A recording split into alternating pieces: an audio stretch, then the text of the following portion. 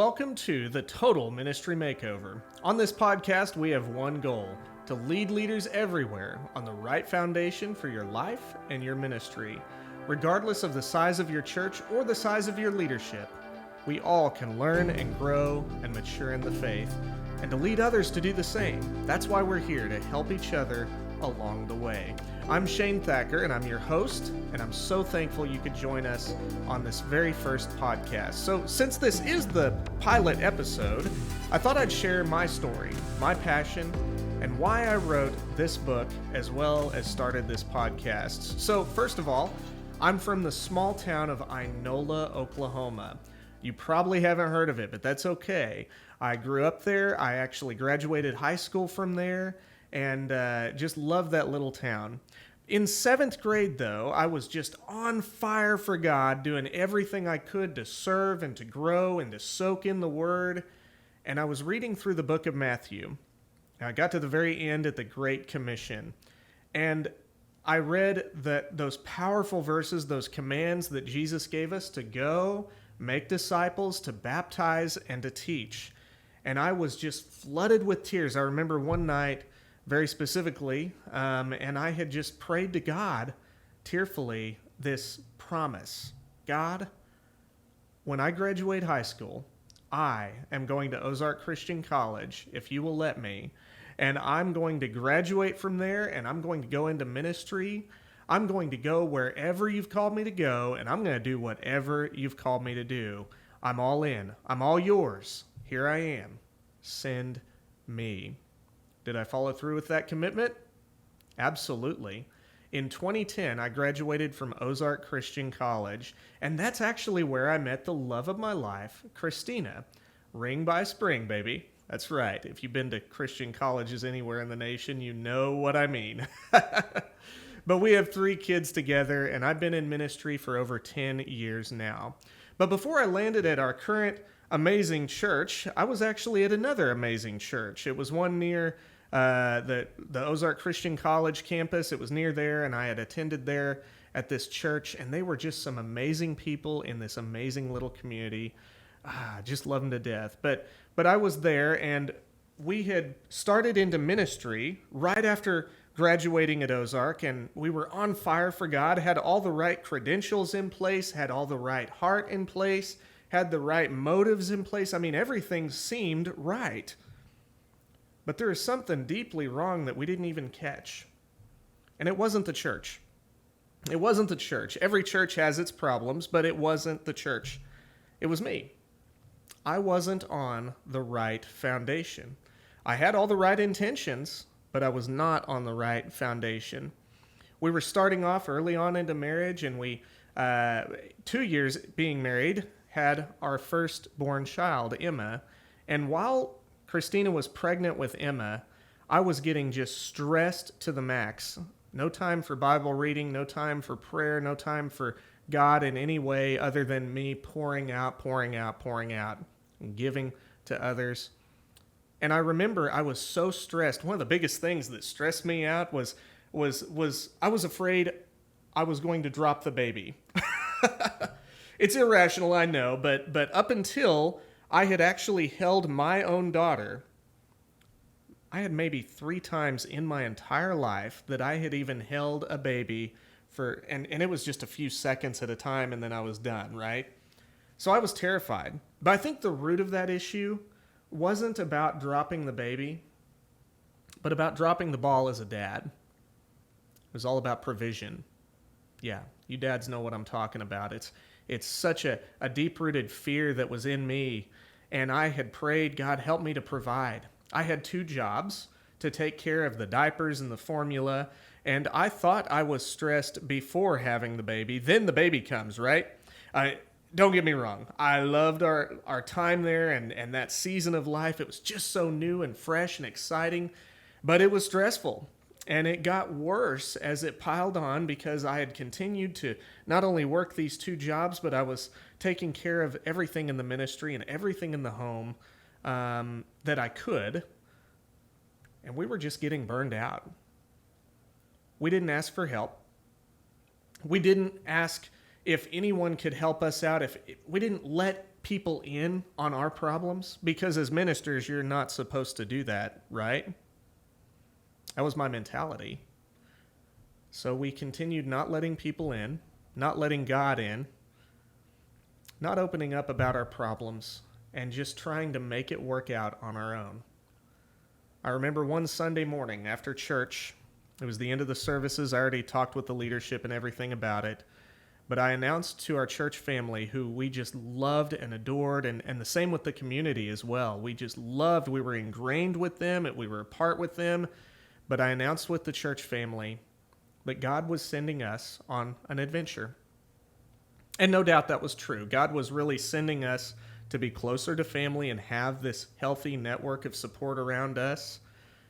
But also, what I didn't tell them, what I didn't share that day, as hard as it was just how burned out from ministry we were. Several weeks later was our last day at the church, and we had drove off. And you remember how I said I had this prayer back in 7th grade?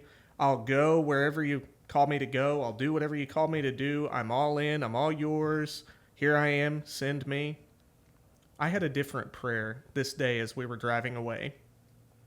Oh, I was flooded with tears. But I prayed 2 simple words. Never again. Never again. And my heart was just crying out to God, and you know what I was saying, right? I mean, never again will I go into ministry. I will never do that again.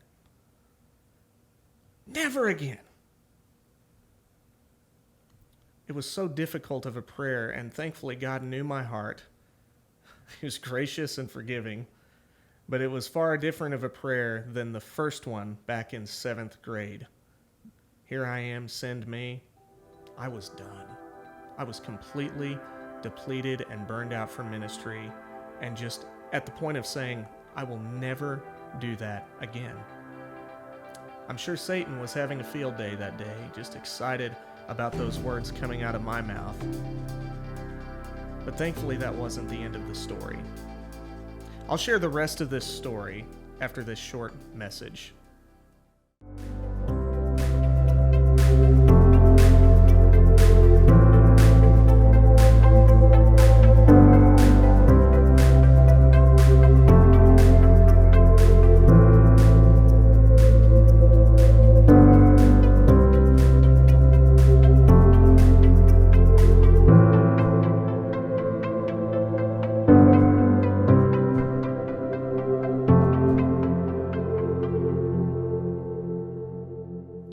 Welcome back. Thanks for sticking with us. We were continuing the story of how I was burned out from ministry, and I had said never again as we were driving to our new town.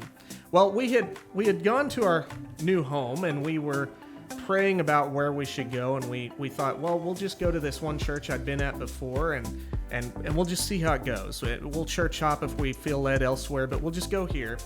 And so we did, and the pastor that morning was preaching on serving the Lord in the church and how there is a great need for volunteers. Even in that moment, even in that day, there was just this great need for people to step up in new ways. And there certainly was. There certainly still is today. But I talked with Christina and I said, hey, maybe we should go out to lunch with him and his wife. And so we asked them out to lunch, and they went with us, and we sat down with our meal, and we were talking about everything going on, and the pastor said, yeah, did you enjoy the sermon? What'd you think? I mean, need some feedback now and again. And I said, yeah, I thought the sermon was great and spot on, but I just want to be clear that we are not serving at all for a very long time. I had the wrong heart, wrong mind. I mean, it was just a bad ordeal. But thankfully, the pastor had been there where I was before, and he gave me some amazing words of wisdom.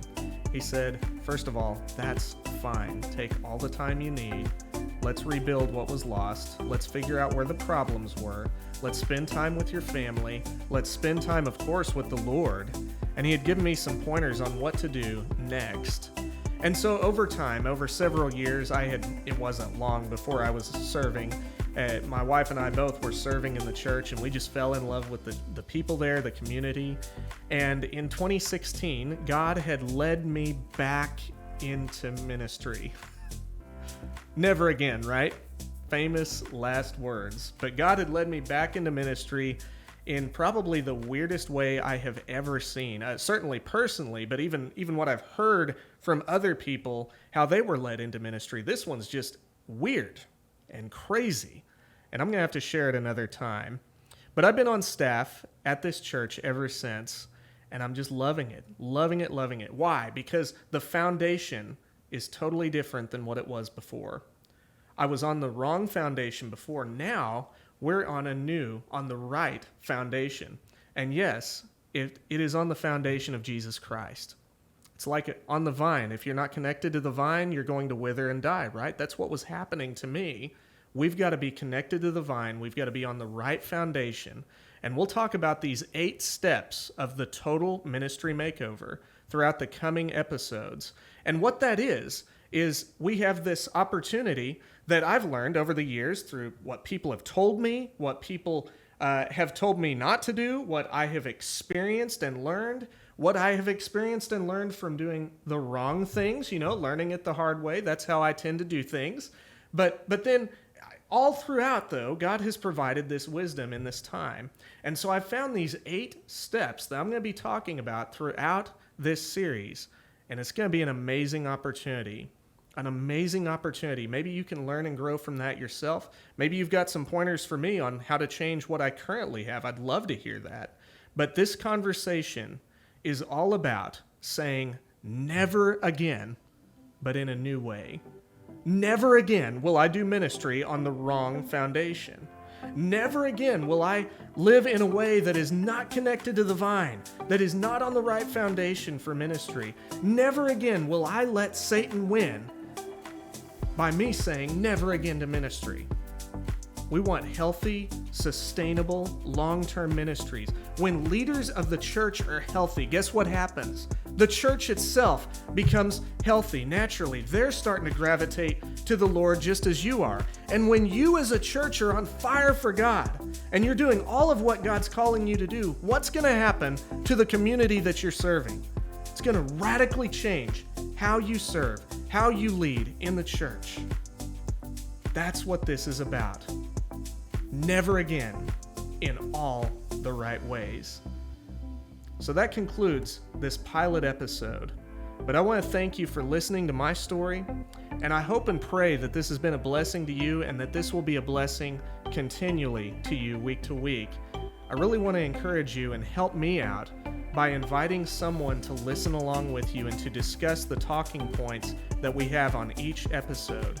Next episode, we're going to talk about the very first stepping stone. Here's a little preview of it. Fall in love with the Lord. If you don't have that, nothing else matters. Fall in love with the Lord. So we're going to talk about the ins and outs of that and why that step is so crucial, so important. You know it's important, but we're going to talk about why and the why behind it, the why on what I wrote on it, and what we can do next, knowing that very first step. So invite your friends that are in ministry that maybe you can have a conversation with and have a weekly discussion so you can get filled up and be ready to pour out into your church families. Please like and share any way you can, anywhere you're listening. And thank you so much for joining today for the Total Ministry Makeover. God bless and have a good day.